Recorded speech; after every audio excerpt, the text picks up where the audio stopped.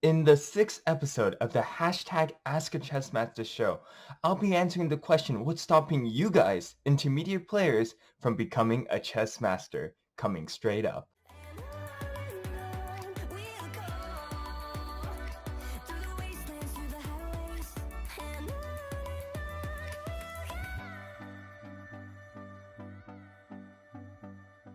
Today's chess question comes from my Quora account from John Michael Marcos, and his question is, what are some common chess blunders intermediate players still make? Thank you so much for the question, John. This is an excellent question, and it's one that many people ask me over the board, in real life, and even online.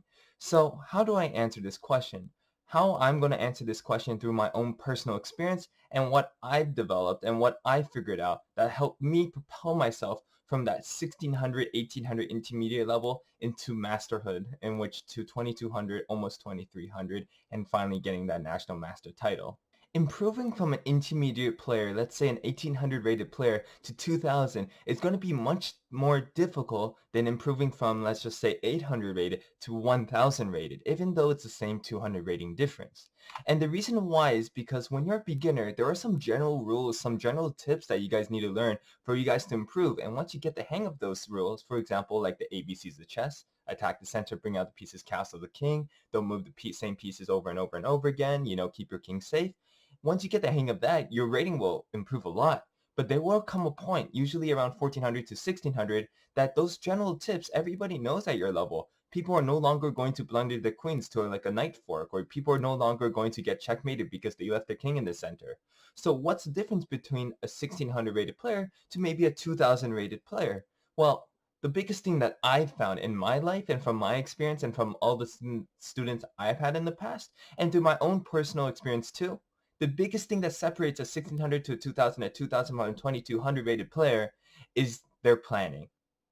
Once you get this into your head and you practice making plans instead of focusing on the tactical aspect of chess, you will see your rating skyrocket as fast as it was when you were 800 to 1400. You will see your rating skyrocket from 1400 to 2000.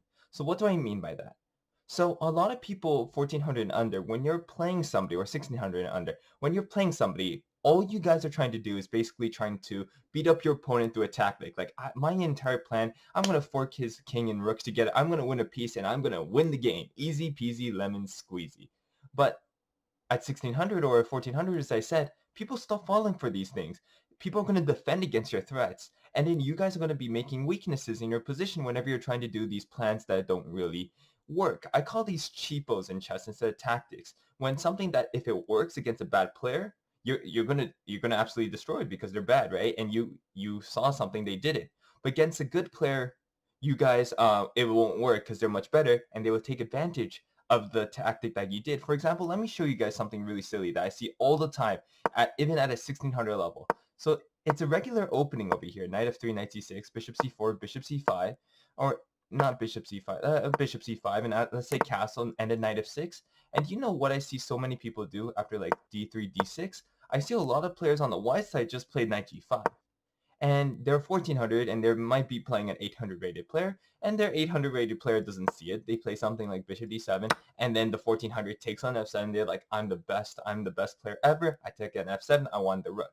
But there's a big problem, which a lot of you guys can already see. If you're against a 2200 rated player, they're going to just castle, and they're going to say, hey, look, my pawn is defended. I played a move that I wanted to do anyways, right? Like castling's not bad for black, and you just wasted a move doing absolutely nothing. And so this is a syndrome, this is a problem I see a lot of people do. They become 1600 and they're like, I can't progress. People who are 1700 I can't beat, but people 1300 I can always beat. And if you guys if you guys see yourself in this problem in which you can always beat the same people, but you can never beat the same people as well, and there's like no in between, it's just either win or lose, then you have this problem. You're just trying to go for cheapos to win the game. You're trying to just beat your opponents using very scammy strategies, right? And the sooner you can get yourself out of that mindset, start playing normally, start playing like as if you're Magnus Carlsen, play moves that make sense. Like here, play c3, go for a plan of maybe b4, b5, maybe trying to gain the center with d4, play rook e1. Play moves that build up your position and slowly outplay your opponent.